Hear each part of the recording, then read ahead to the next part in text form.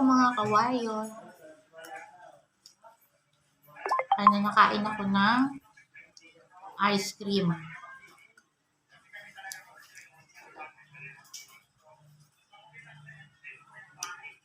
Kamusta po kayo? Katapos ko lang din maligo. Kasi dumadami yung aking balakuba. Kaya yung buko ng lalagas. Ayan, sagutin ko lang po yung question dun sa comment dun sa aking video. Kaya nga, tapusin ko nga lang kumain.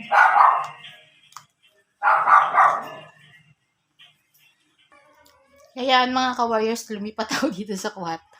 Ang ingay ng cellphone ni mama eh. Hindi tayo magkaintindihan. So, nandito ako sa kwarto. Yan, kung saan nandito yung aking oxygen.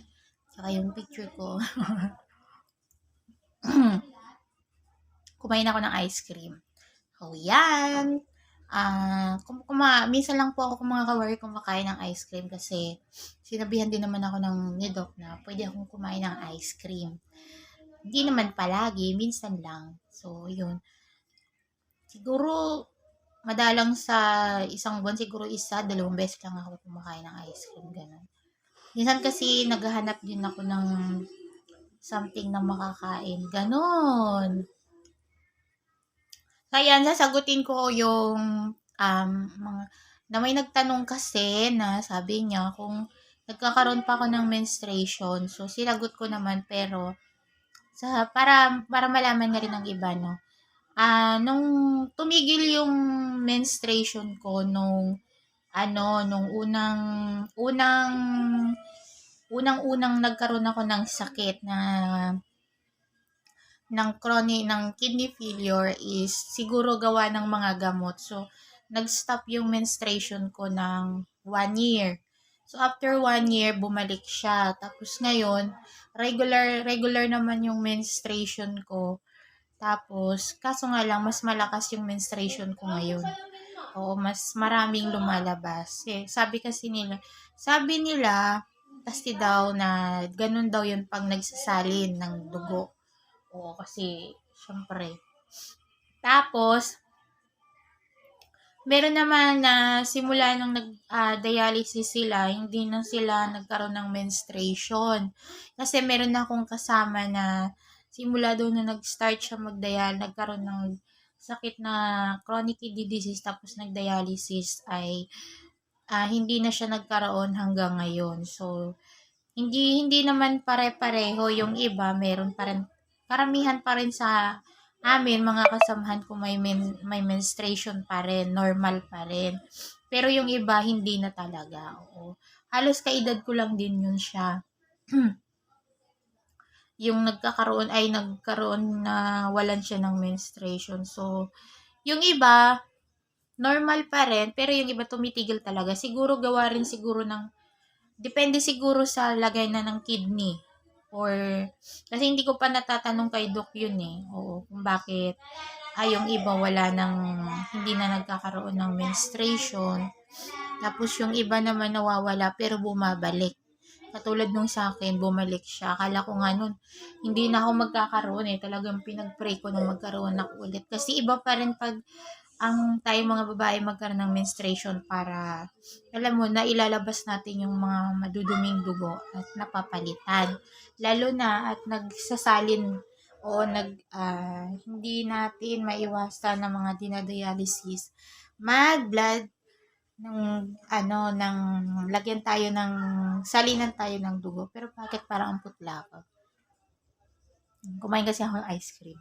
Anong connect ng ice cream? Anong connect ng ice cream doon sa kinain ko, di ba? So, yan guys. Kahit pa paano, medyo okay na ako ngayon. Tapos, ayan, bagong palit na yung IG ko. Pero, masakit siya ngayon kasi iba yung tahi niya, grabe. Kung makita nyo guys. Kaya pala siya masakit. At mas matagal tong gawin kaysa dun sa pangalawang ginawang IG sa akin is sobrang bilis lang. ito medyo matagal siyang ginawa. Tapos mahigpit na siya, yung tahi niya hindi natatanggal agad. Kasi yung pangalawang inilagay sa aking IG is maluwag siya, tapos nagbi-bleed siya lagi. Kunting galaw ko lang nagbi-bleed siya. Eto ngayon hindi na, maano siya, yan o. Kaso nga lang nakaano siya, parang nakaangkla siya dito. Yan, kaya minsan hirap yung nurse na balutan siya kasi nakaumbok siya dito. Hindi katulad nung una, tsaka yung pangalawa kong IG na naka-flat siya dito, kaya mabilis siyang balutan. Ngayon hindi siya, parang naka-question mark. Ganyan na naman. Ngayon parang naka-question mark siya. So, yun kasi, ginawa yung sa akin dun sa ER. So, mabilis talaga siya gawin. Hindi ko nga alam, tapos ni. Tapos, ito sa operating room na talaga. So, parang hindi siya minamadali. So, maganda siguro kasi parang pulido yung pagkagawa niya. Hindi mabilis matanggal yung kanyang tahe. So, ayan guys, maraming salamat po pala sa lahat ng nag-subscribe sa akin. My God, thank you so much. Yan, maraming salamat po. Alam nyo lang po, yung pag-subscribe nyo sa channel ko is malaking tulong po yun. Lalo na pag na-hit ko na po yung 4,000 hours na views. Yan, hindi ko pa po siya na nahihit kasi nandun na, konti na nga lang sana bumaba yung bumaba yung watch hour views ko. As in, ang hinayang ako ng sobra kasi sobrang laki ng binagsak niya. Konti na lang sana, pero tuloy pa rin natin to, 'di ba? Kasi para mas marami tayong wala naman ako ibang magawang paraan para matulungan yung ibang may mga malubhang sakit, malubhang nakaramdaman, may mga depression, ganun. So, ayan, kung ako nakakabigay sa inyo ng inspirasyon sa pag-upload ko ng video, mag-upload ako lagi para lahat kayo lumakas din yung loob tulad ko. Lakasan nyo lang yung loob nyo. Pray lang po tayo mga kawari. So, yan lang po ang video for today. Thank you so much sa panonood. Please like and subscribe. Bye-bye po. God bless you all.